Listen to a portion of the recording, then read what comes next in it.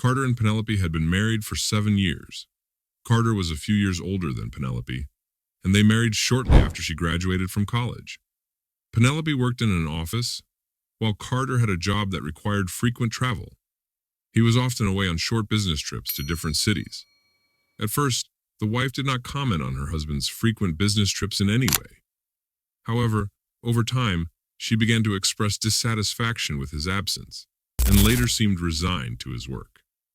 One Friday evening, the couple attended a housewarming party thrown by their friends. They procrastinated for a long time about choosing the gift, and finally decided to stop at a quality liquor store along the way. Although neither of them drank, their friends had a penchant for wine. With the help of the store's consultant, they selected a suitable bottle. At the register, the young man inquired about a rewards card, casting Penelope an expectant look. Carter replied that they didn't have a card, as they rarely shopped at stores like this. After an awkward silence, the cashier offered gift wrapping services. Meanwhile, Penelope informed Carter that she would wait outside due to the stuffiness inside. As the cashier was finalizing the transaction, he whispered, "I'm sorry to intrude, but your wife does frequent our store. I remember giving her our membership card." At first, Carter brushed off the cashier's words, thinking the young man had made a mistake. "That can't be. She doesn't drink at all," Carter objected. "She usually comes in with a tall man, black-haired, gray-bearded, and they choose wines together in our store," the cashier continued. Annoyed and puzzled, Carter quickly paid and left the store. "How dare this young man speak ill of my wife?" "Honey, is everything all right?" the wife cautiously inquired as her husband entered the car. "Yes, everything is fine, never mind," he replied. "What's the address of our friend's new house?" A few weeks later, Carter had another work trip planned for a few days. He even went to work that morning with his luggage to catch the evening train. After lunch, however, he was informed that the trip was canceled because the partner was not yet ready to meet with a representative from their firm. Secretly, Carter felt relieved about the trip being canceled. He decided not to inform his wife and instead planned to surprise her by inviting her to dinner. Surely Penelope would appreciate the unexpected opportunity to spend more time together. When he got home that evening, he opened the apartment door and saw Penelope standing in front of the mirror, carefully applying bright red lipstick. Penelope seemed surprised to see him. "Home at this hour? Shouldn't you be on the train by now?" she asked, avoiding his gaze. "The trip was canceled unexpectedly. I came home to invite you to dinner, but it looks like you were just about to leave," Carter replied, casting a curious glance at his wife, dressed in an elegant gown. "Actually, I was planning to meet some friends, but since you invited me, I'll cancel my plans with them. Of course, I don't think I even had time to leave before you got back," she laughed, trying to smooth things over. "I'm ready now. Let's go to the restaurant." During the car ride, Penelope exchanged a few text messages and even rejected a couple of calls. "The girls are mad at me," she remarked when Carter looked in her direction. She then looked out the window with a grim expression and disconnected her phone. As they continued to remain silent, a disturbing thought occurred to Carter. Penelope had initially seemed uneasy after his unexpected return, and now she didn't seem to be thrilled about spending time with him. Remembering the incident at the liquor store when she had abruptly left the room, he began to wonder if there was something more behind her behavior. What if she was hiding something? Maybe the cashier had seen something after all.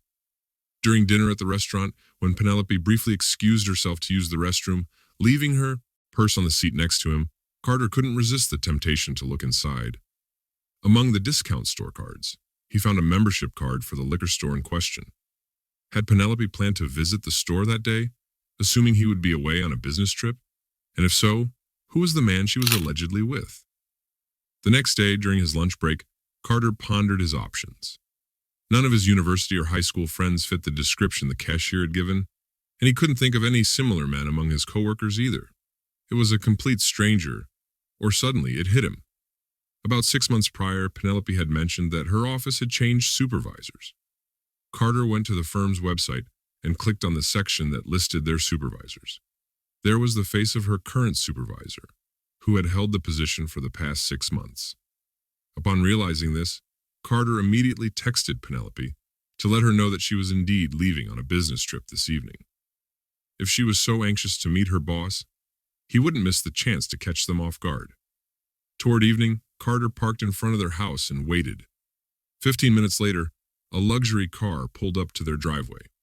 Penelope stepped out of it, dressed in an even more elegant outfit than the one she had worn on their anniversary.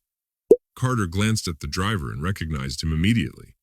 Dark hair, graying beard. It was unmistakably her boss. They pulled away, and Carter discreetly followed. As it turned out, they stopped at the liquor store, where Carter and Penelope had already bought a gift for their friends. Apparently, it was a recurring ritual. Penelope, however, decided to wait in the car, apparently fearing that the cashier might recognize her. But it was too late to be cautious. After a brief stop, her boss returned to the car and they continued on their way. The final destination was a private residence in an upscale neighborhood of the city. Convinced that Penelope had entered voluntarily, Carter drew his conclusions and drove back home. The reason Penelope had visited her boss's home was now painfully clear to him. Apparently, Penelope got bored during her husband's frequent business trips, and when the company had a new person in a management position, she found someone to socialize with. Who initiated the affair, her or her boss, didn't matter. The point was clear. His wife was unfaithful. Carter wasted no time. He gathered Penelope's belongings and put them outside, letting her know that the sooner she took her things, the more of them would remain untouched. She complied, and soon the neighbors were admiring the new blouses and bags left outside. Carter began the divorce proceedings without the slightest regret. Later, he revisited the liquor store and again met the honest young consultant. He thanked the consultant fervently, realizing that he had inadvertently helped him get a better look at the true face of his wife. After all, kindness deserves to be reciprocated. Cheating Secrets podcasts like me